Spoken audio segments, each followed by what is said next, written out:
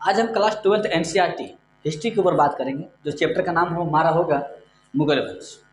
ये चैप्टर नहीं है, टॉपिक है। क्या है? टॉपिक है। आज मैं बात करना चाहूँगा हिस्ट्री का मुगल वंश के बारे में।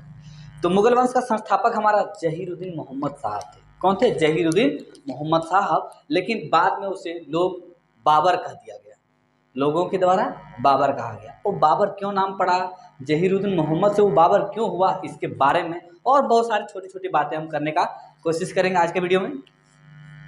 तो कहता है कि बाबर जो है उसका पहले शुरुआत करते हैं कि बाबर का पापा का नाम क्या था। आप बोलेंगे उमर शेख मिर्जा, और उसकी माँ का नाम था कुतुबुनिगार खानम।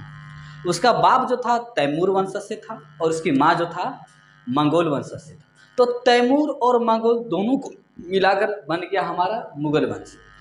बाबर जो था वो तैमूर वंशज से था, तो अपने बाप तरफ था, क्योंकि उसका पापा जो था वो तैमूर वंशज से था, तो वो तैमूर वंशज को सपोर्ट करता था और अपने नानीहाल अपने नानी के घर से सपोर्ट नहीं करता था। तैमूर वंशज और मंगोल वंशज में हमेशा लड़ाई झगड़ा होते रहता था। एक्चुअली हमारा बाबर का जो जन्म होता है वो परगना में होता है। परगना उज्बेकिस्तान में पड़ता है, एशिया महाद्वीप के ही क्षेत्र में पड़ता है उज्बेकिस्तान। हाँ, एशिया महाद्वीप के बगल में ही पड़ता है उज्बेकिस्तान। और परगना वहाँ के एक क्षेत्र का जगह का नाम है। परगना में 1483 में होता है हमारा बाबर का जन्म।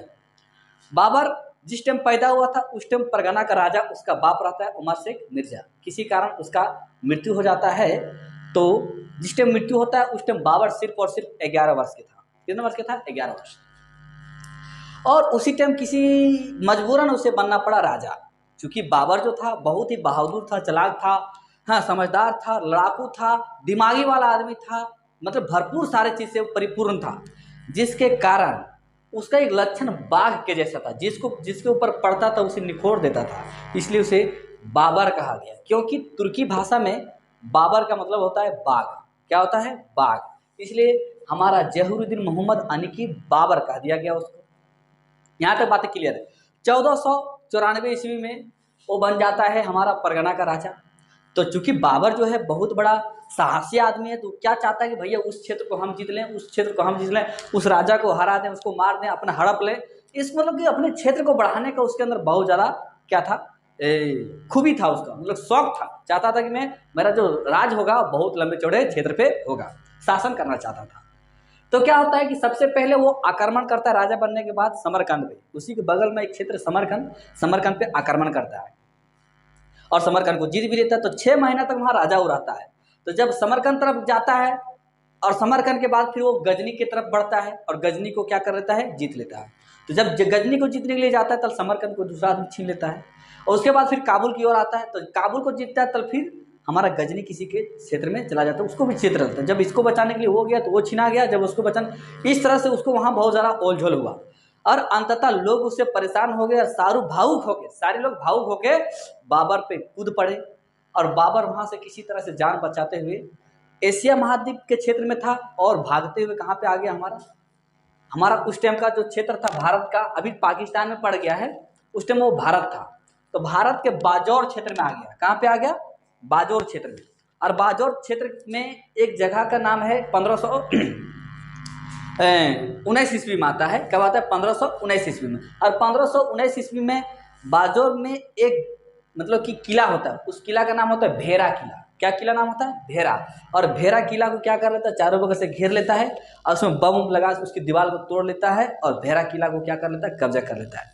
और भेरा किला कब्जा होने के बाद वो चाहता है कि मुझे रहने के लिए एक अस्थायी बंदोबस्त मिल गया, भैया अस्थायी रूप से हम यहाँ पे रह सकते, ठहर सकते हैं। अब उसके दिमाग में चल रहा था कि भैया कि हम तो फरगना से निकल चुके हैं, उज्बेकिस्तान में तो मुझे कोई देखना नहीं चाहता, अब मुझे क्या करना होगा।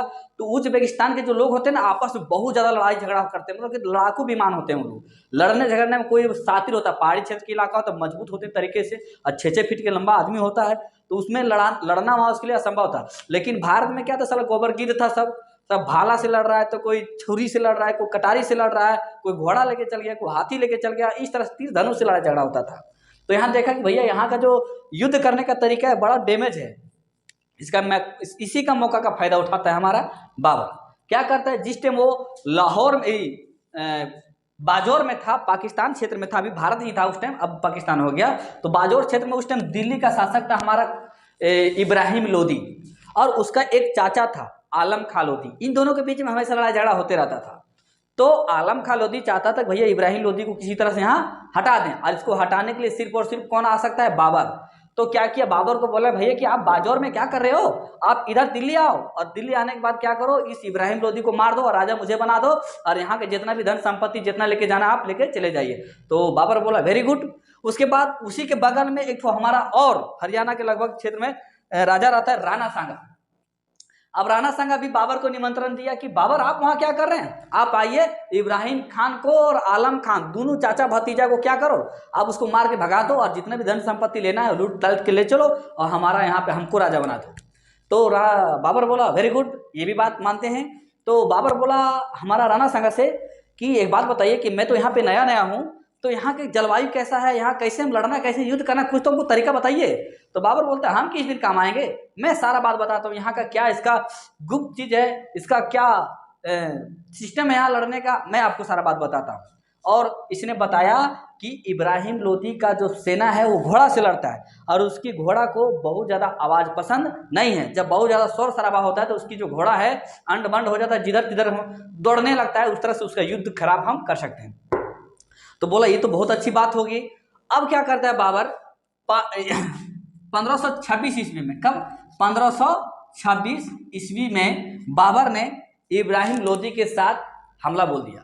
और कहाँ पे बोला, हरियाणा के एक जगह का नाम है पानीपत। तो पानीपत में प्रथम युद्ध किया था किसके साथ, इब्राहिम लोदी के साथ। और यहाँ जो युद्ध हुआ था तो वहाँ युद्ध करने का एक तरीका से युद्ध किया हमारा बाबर जो था, अटर पटर युद्ध नहीं किया, क्योंकि बाबर के पास सेना कम था और इब्राहिम लोदी के पास लाखों लाख सेना था। तो दिमाग से काम नहीं करता, तो इब्राहिम लोदी उसको हरा देता और बाबर वहां से पूरी तरह से खत्म हो जाता। तो बाबर ने क्या किया, वहां जो लड़ने का तरीका था वहां तोप खाना का प्रयोग किया। किसका, तोप का। तोप का किसका प्रयोग किया, तोप का। और इसका मेन तोप था अली कुली। कौन था, अली कुली। तोपची था, इसका मतलब कि तोप को चलाने वाला, बम को उड़ाने वाला, कि निशाना उसाना जो साधा जाता है, भैया तोप को बहुत तरीके से निशाना साधा जाता है, ऐसा नहीं कि जैसे तैसे उड़ा दो, नहीं तो पता चला कि अपना भी आदमी जा रहा है साथ में। तो उसका तोपची जो था अली कुली बेग था। अब हम बात करते कि जो लड़ाई लड़ रहा था, युद्ध जो कर रहा था, किस नियम से कर रहा था, तो दो नियम से करता। एक तो करता तुलगमा नीति, क्या, तुलगमा नीति, और एक तो कर रहा था उस्मानिये नीति। देखो सेना को जो बिछाया था वो तुलगमा नीति से बिछाया था, और जो बम को बिछाया था, जिसको हम बोलते हैं तोप को, उसको बिछाया था उस्मानिये नीति से। वो कैसे, तुलगमा नीति में ऐसे होता है भैया कि आपको ऐसे करके गोलियां के घुमा के बैठा देगा। अब यहाँ भी सेना लगा हुआ, यहाँ भी सेना लगा हुआ, यहाँ भी सेना लगा हुआ, दुश्मन यहाँ से लड़ रहा है। अब क्या करेगा, ये सारे लोग अचानक आगे बढ़ेंगे, फिर से अचानक वापस घूम जाएंगे। तो जब इसको मारने के लिए जाएगा तब पीछे से इसको घूम के सब धड़धड़ा के इसको मार देगा। ये होता है तुम्हारा तुलगमा नीति। तो सैनिक को तुलगमा नीति से बिठाया था, लेकिन जो बिठाया था वो क्या बोलते हैं उसको, तोप को, उसको बैठाया था उस्मानी नीति से। उस्मानी नीति में होता है भैया यहाँ पे कुछ सेना इसके बीच में तोप लगा दिया, यहाँ पे कुछ सेना है इसके बीच में तोप लगा दिया, यहाँ कुछ सेना इसके बीच में तोप लगा दिया। अब लड़ने के लिए गया इब्राहिम लोदी का लाखों लाख सैनिक, और वहां उसके पास सिर्फ और सिर्फ 12,000 सैनिक थे। अब पूरा इधर से भाला मार रहा है, सुअर कहीं भाला मारेगा तो मारेगा, बड़का बड़का बम चल रहा है, विस्फोट गोली बारूद चल रहा है। अब तो वहां भाला लेके गया है, तरछाई लेके गया है, कोई कुदारी लेके कूद रहा है, तो ऐसा नहीं होगा ना। तो इसलिए वहां क्या, दूसरी बात कि घोड़ा लेके गया था तो उसका घोड़ा तो आवाज पसंद करता नहीं था। अब जैसे उधर से बम उड़ा ना, तो उसका घोड़ा पीछे तरफ कूदने लगा, और इस तरह से इब्राहिम लोदी का वहां पे मौत हो जाता है, अंत हो जाता है। और प्रथम युद्ध में, यानी पानीपत के प्रथम युद्ध में हमारा जीत हो जाता है बाबर का। और इस जीत के खुशी में बाबर ने क्या किया, चांदी के सिक्के बनवाया। और वहां पे जहां पे वो पैदा हुआ तो परगना के बगल का क्षेत्र था काबुल, उसको बहुत ज्यादा पसंद करता था। और काबुल के नागरिकों को खुशी के मारे चांदी के एकक एकक सिक्के बंटवाया। जो बहुत ज्यादा दान प्रदान करता है उसको बोला जाता है कलंदर। इसका मतलब कि पानीपत के प्रथम युद्ध के बाद बाबर ने कलंदर का उपाधि धारण किया। अब दूसरी बात, तो राणा सांगा बोला कि अच्छा बाबर आप तो जीत गए, आलम खां लोदी तो खत्म हो गया, इब्राहिम लोदी तो खत्म हो गया, इब्राहिम लोदी तो खत्म हो गया, अब राजा मुझे बना दो, यहाँ का जितना भी धन संपत्ति लेके जाना लेके चले जाओ। बाबर बोलता कहाँ, कौन धन संपत्ति, कहाँ जाएंगे हम, साला हमको तो वहां से मार के भगा दिया गया, हम वहां जाएंगे, अब हम यहीं रहेंगे।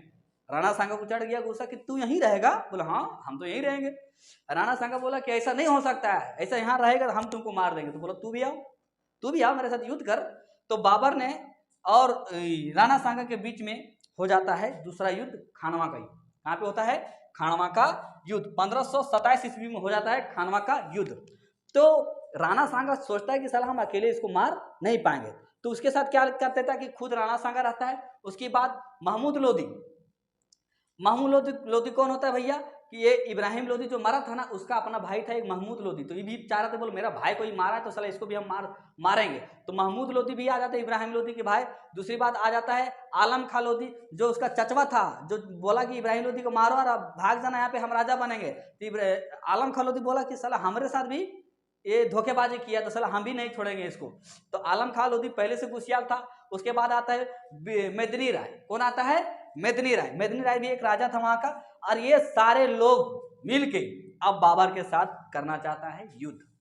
अब इन लोगों के पास बहुत ज्यादा सेना था, काफी राजा थे। तो ये खुद सेना का काम कर रहे थे, सेनापति का काम कर रहे थे, युद्ध को संभाल रहे थे, नेतृत्व कर रहे थे खुद युद्ध को, कैसे कैसे लड़ना है नहीं लड़ना, कहाँ बम होना चाहिए, कहाँ गोली होना चाहिए, कहाँ सेना होना चाहिए नहीं होना चाहिए, ये सारे सिस्टम को खुद संभाल रहे थे। लेकिन क्या हुआ कि देख रहा था बाबर, देख रहा था कि यहाँ से जीत जो हुआ है वो राणा सांगा की ओर जा रहा था। यहाँ बाबर हार रहा था, यहाँ पे बाबर हार रहा था। तो बाबर ने क्या किया? चालाकी किया, अपने सेनाओं को बुलाया और उसके सेना में सिर्फ और सिर्फ मुस्लिम थे, और मुस्लिम को दिया जिहाद का नारा। और जिहाद का नारा का मतलब वो समझाया कि भैया कि आप यदि इस युद्ध में हम हार जाते हैं तो भारत में हमेशा के लिए मुसलमान का अस्तित्व खत्म हो जाएगा।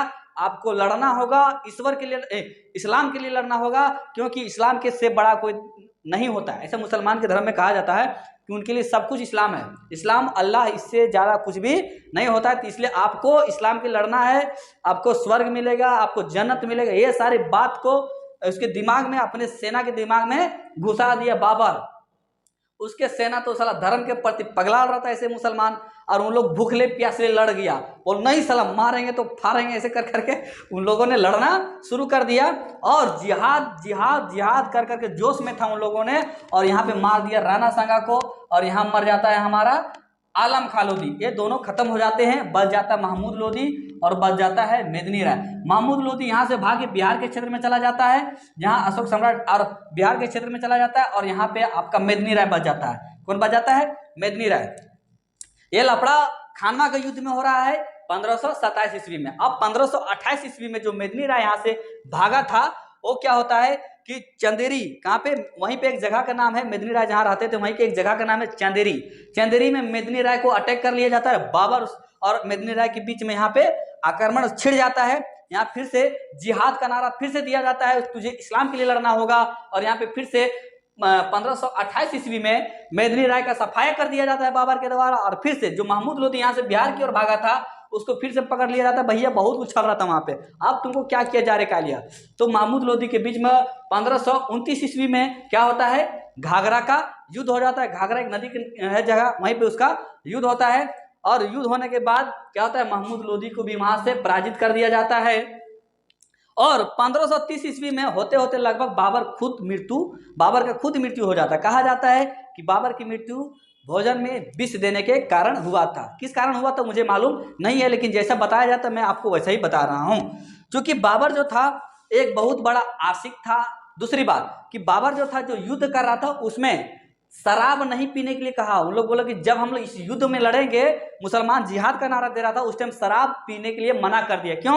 उसको डर था भैया कि जब हम कोई आदमी शराब पिएगा मुसलमान में, तो हमारा नीति को पीने के बाद किसी को बता देगा तो गड़बड़ हो जाएगी सारी बातें, इसलिए शराब पीने से मना कर दिया। इसलिए घाघरा का युद्ध, चंदेरी का युद्ध, खानवा का युद्ध में शराब नहीं पिया गया और जिहाद का नारा दिया गया। हमारा जो बाबर था बहुत शौकबाज था। 4 बाग का, यानी बहुत बड़े बड़े पार्क जिसको बोलते हैं हम लोग अपने भाषा में, गार्डन जिसको बोलते हैं, बहुत अच्छे अच्छे 4 बाग का निर्माण करवाया था। 4 बाग का मतलब होता है चरखुट्टे होता था, चरखुट्टे जिसमें चौराहा जैसा। और उस 4 बाग में क्या होता था कि नहर, जैसे मान के चलो ये हमारा गार्डन है, तो गार्डन में क्या होता था कि यहाँ पे नहर जा रही है, तो नहर से डायरेक्ट इसका कनेक्शन था 4 बाग में। यहाँ से पानी आती थी और चारों बगल जितने भी पेड़ पौधे थे घूम के फिर इसी तरह से नहर में वापस चली जाती थी। और इस तरह से इसका सिस्टम था हमारा बाबर का। और इस तरह से बहुत सारा उन्होंने बनाया 4 बाग जैसे। और 4 बाग जो इस तरह से नहर से डायरेक्ट लेके आता था नदी से, पार्क में जो पानी आता था इसको बोलते हैं मूबियान शैली। क्या बोलते हैं? मूबियान शैली। मूबियान शैली में क्या होता है कि जो नहर से पानी होता है डायरेक्ट पार्क तक जाता है और पार्क से फिर गलत गंदा पानी फिर से वहां वापस नहर में जाता है, इसको बोलते हैं मूबियान पत्ती। तो क्वेश्चन पूछा जाता है कि मूबियान पत्ती का संस्थापक कौन था, तो आप बोलेंगे बाबर। और मूबियान पत्ती किस चीज के लिए बनाने में किया जाता था, तो आप बोलेंगे चार बाग को बनाने में। ये आगरा में उन्होंने एक आराम बाग बनवाया। आगरा में आराम बाग नाम करके एक तो बनवाया था बाग बगीचा। क्या बनवाया था? बाग बगीचा। दूसरी बात, उसने एक अपना आत्मकथा लिखा। जितना भी ये सिस्टम लड़ाई झगड़ा, कहाँ लड़ा, कैसे राजा बना, क्या परेशानी हुई, किसके साथ युद्ध किया, तो उसके साथ सारे चीज को उसने एक अपना आत्मकथा लिखा था। अपना एक पुस्तक लिखा था तुजुक ए बाबरी, तुर्की भाषा में लिखा था। किस भाषा में लिखा था? तुर्की भाषा में। क्वेश्चन यहाँ से पूछता है कि बताइए कि बाबर का जो आत्मकथा है किस भाषा में लिखा गया? तुर्की भाषा में। और उसका बुक का नाम क्या था? तुजुक ए बाबरी। अब यहां से बाबर का मौत होता है 1530 ईस्वी में। तो बाबर ने अपने आत्मकथा में लिखा था कि जब मैं मरूंगा तो मुझे काबुल में दफनाया जाए। कहां पे दफनाया जाएगा? काबुल में। तो जब वो मरता है तो शुरू में उसको दफनाया जाता है आगरा के आराम बाग में। लेकिन अपने पुस्तक में लिखा था कि मुझे दफनाया जाएगा किसमें? काबुल में दफनाना। समझ गए ना? तो उसके बाद क्या होता है कि मरने के बाद इसका बेटा राजा बनता है हुमायूं। तो हुमायूं सारा लड़ते झगड़ते और किसी कारण लाइब्रेरी में जाते जाते उसका मौत हो जाता है। जब हुमायूं पढ़ेंगे तो बताएंगे। और दूसरी बात, जब उसका बेटा आता है अकबर, तो अकबर पढ़ा लिखा नहीं होता, अंगूठा छाप होता है। तो उसका जिज्ञासा बढ़ता है, और मेरा जो दादाजी लिखे थे किताब तुजुक ए बाबरी, उसमें क्या लिखा गया है? तो उसके जो अगल बगल के जो सेनापति थे, उसके पढ़े लिखे बहुत सारे लोग थे उसके अगल बगल में, तो उसका सेनापति बताइए कि भाई सर अकबर राजा जी, इसमें जो है सो आपका दादाजी लिखा है कि मेरा सबसे पसंदीदा जगह है काबुल, और काबुल जब हम मरेंगे तो मुझे अंतिम संस्कार मेरी लाश को कहाँ पे दफनाया जाना चाहिए? काबुल में। बोला हाँ ये बात है दादाजी, ऐसा बोले हैं? बोला हाँ। तो फिर क्या, खोदो इसको, खोदो। अब बाबर को दफनाया गया था आगरा के आराम बाग में। फिर वहां से उसको खुदाई किया गया, उसका हड्डी मुड्डी जो भी थोड़ा बहुत बचा था उसको फिर से वापस ला जाके काबुल में दफनाया गया। इसलिए क्वेश्चन पूछा जाता है कि बाबर को पहले आराम बाग, आगरा के आराम बाग में दफनाया गया, फिर बाद में काबुल में दफनाया गया, या कौन था? आप बोलेंगे बाबर थे। ठीक है ना? दूसरी बात, एक क्वेश्चन और पूछता है कि कौन ऐसा शासक थे जिनका अंतिम संस्कार या जिनकी मकबरा दो जगह पाई जाती है? तो आप बोलेंगे बाबर। पहला मकबरा आगरा के आराम बाग में, और दूसरी मकबरा कहाँ पे था?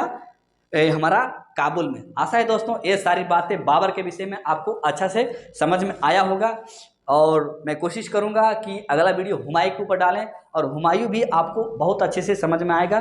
धन्यवाद, थैंक यू। मिलेंगे अगले वीडियो में, तब तक के लिए जय हिंद, जय भारत, बाय बाय।